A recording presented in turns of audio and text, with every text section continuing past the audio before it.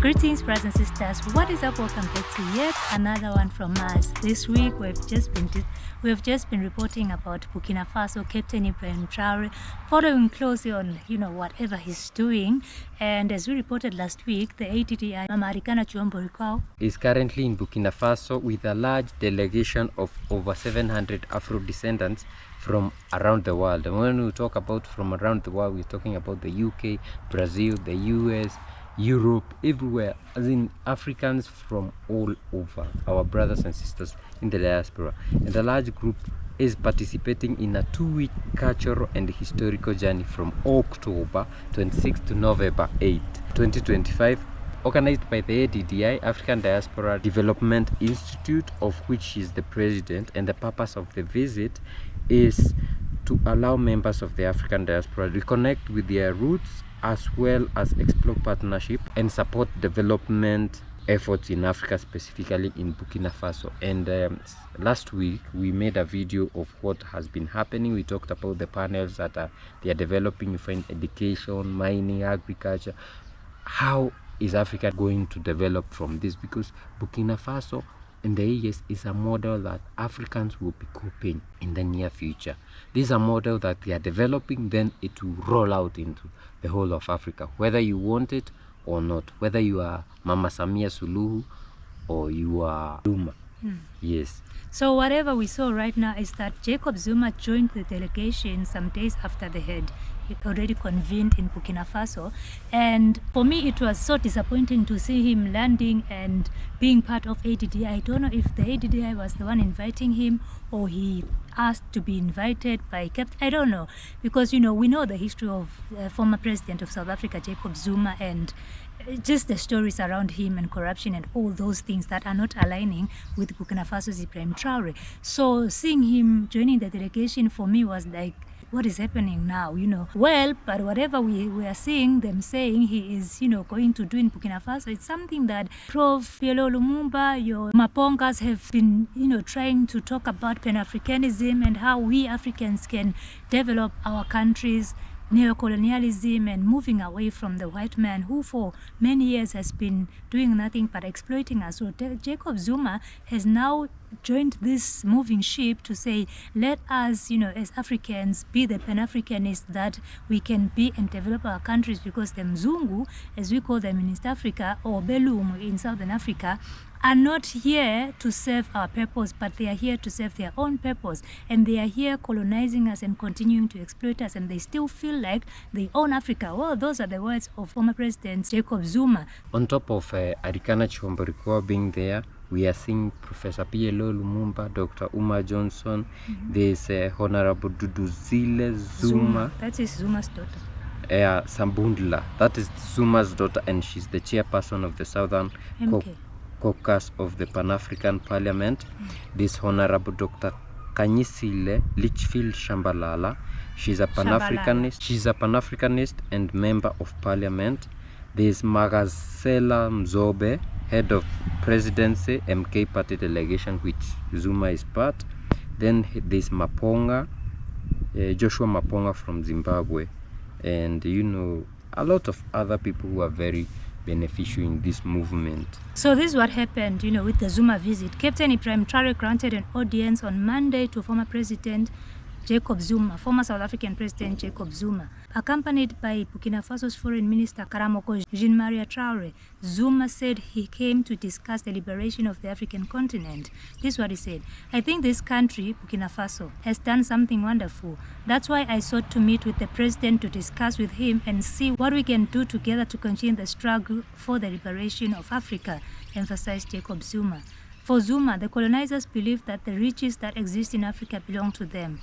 Let's say now that enough is enough. It's over, he declared, calling on Africans to take their destiny into their own hands. Convinced that Burkina Faso in its dynamic is a good example for all Africans who cherish freedom and sovereignty, Zuma calls on Africans and African diaspora to do everything possible to support and bring to a peaceful conclusion the process initiated by Burkina Faso.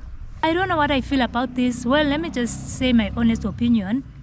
Zuma was in power for how many terms? 2 terms, and on his second term, there were allegations of corruption, of embezzlement of funds, and just so much that is not good for a Pan-Africanist who wants to develop his country and help support his country to reach greater heights. The Guptas, all of these commissions that were being investigated around him and his whole team. So I don't know how now Zuma came in and says let us change the narrative of Africa. When Zuma, you have been president for South African people under your presidency, were suffering, complaining, also allegations of all this Marikana.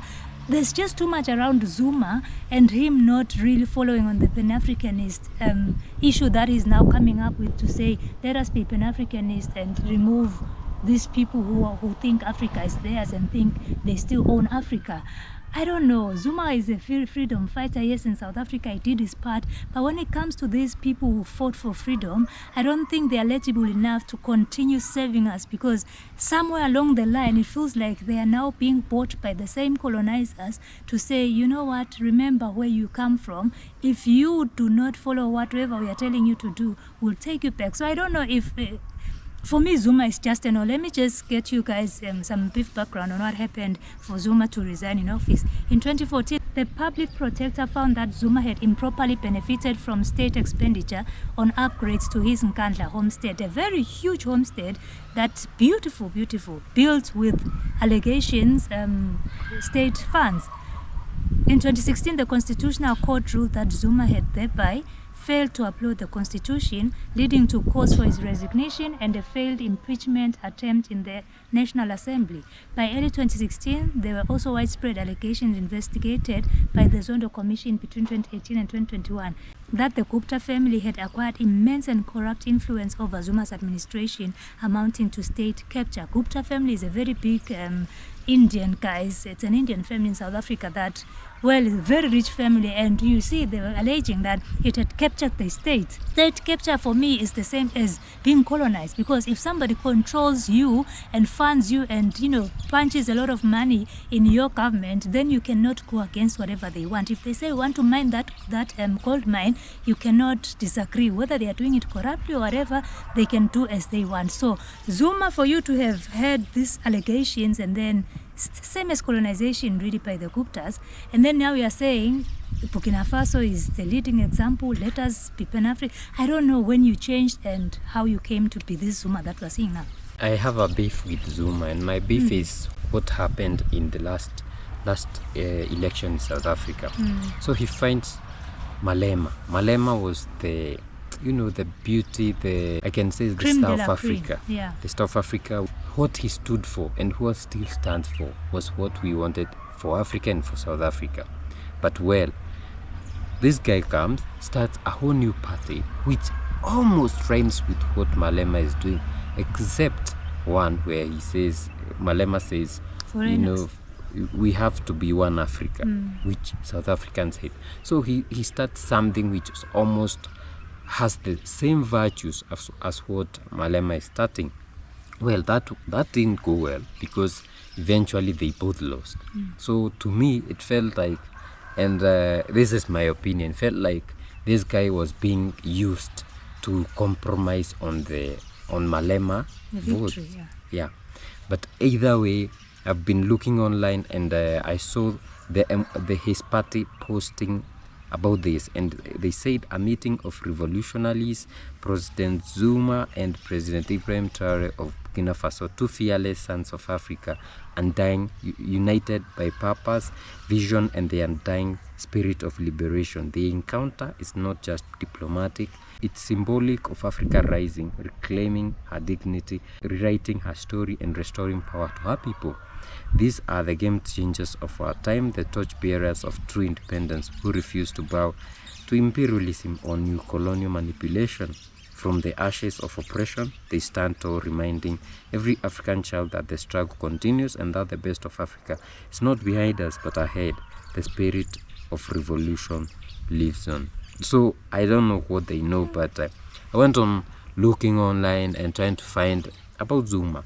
And a lot of people, like someone called Ntokozo, who's posted on Twitter saying that okay, people are saying that Zuma was able to do more than the 15 years in which the previous president, which is Thabo Mbeki, was as president. And they said in 9 years of his presidency, he reduced white millionaires from 86% to 55% and increased black millionaires from 14 to 45%. Maybe it's through corruption, maybe it's I don't know. I'm just saying it could be either through corruption or through, you know, encouraging the black people to do more. I don't know, but they are saying that he was coming hard for white people and they bought other black people to remove him by all means. I don't know, but what I can say is, you know, I trust Ibrahim Traore, and you know, he met him, because, you know, even if today the president of Kenya wanted to go meet Ibrahim Traore won't say no. You just go meet him, especially if he comes around with the likes of good people like Aritkana. Go meet him. I don't know if he have any influence within this, but he's very old, and the only thing that can appeal to me is saving the black people of South Africa. They will say they don't need saving, but even Malema said, if you don't have land in Africa, you have nothing, right? So I cannot say that I support this or I am against this, but I trust Arikana and you know, and the group, and also Jean-Marie Traore and Ibrahim Traore. So whatever happens, I know they all mean good for Africa. So kudos to whatever Arikana is doing. We have seen a lot of people coming in and we question, right? But even the US was given audience by Mali, is it? At some point, yeah, they were given audience some few months what I can say is he's also African. Maybe then he was, you know, when you are president, you are funded by people, they control you. So I don't know, maybe then the Guptas were running the show. So some guys were saying it's probably regret from him not delivering for his people, so he wants to make things right. We don't know. I don't know, he's very old. He's maybe old. He wants to correct his mistakes. He's at the times of Tiani where things don't excite him, and he wants to make it right. Yeah, so let's hope so. That's what I'm hoping so. So brothers and sisters, let us know, what do you think about Zuma joining the bandwagon of ADDI and the diasporans, our brothers and sisters in Burkina? Please support us by liking this video, sharing, also buying us coffee, buying our merchandise on Fourth Wall, and going to elegantmasai.com and buying beautiful handmade African materials in there. We see you in the next video. Bye. Bye.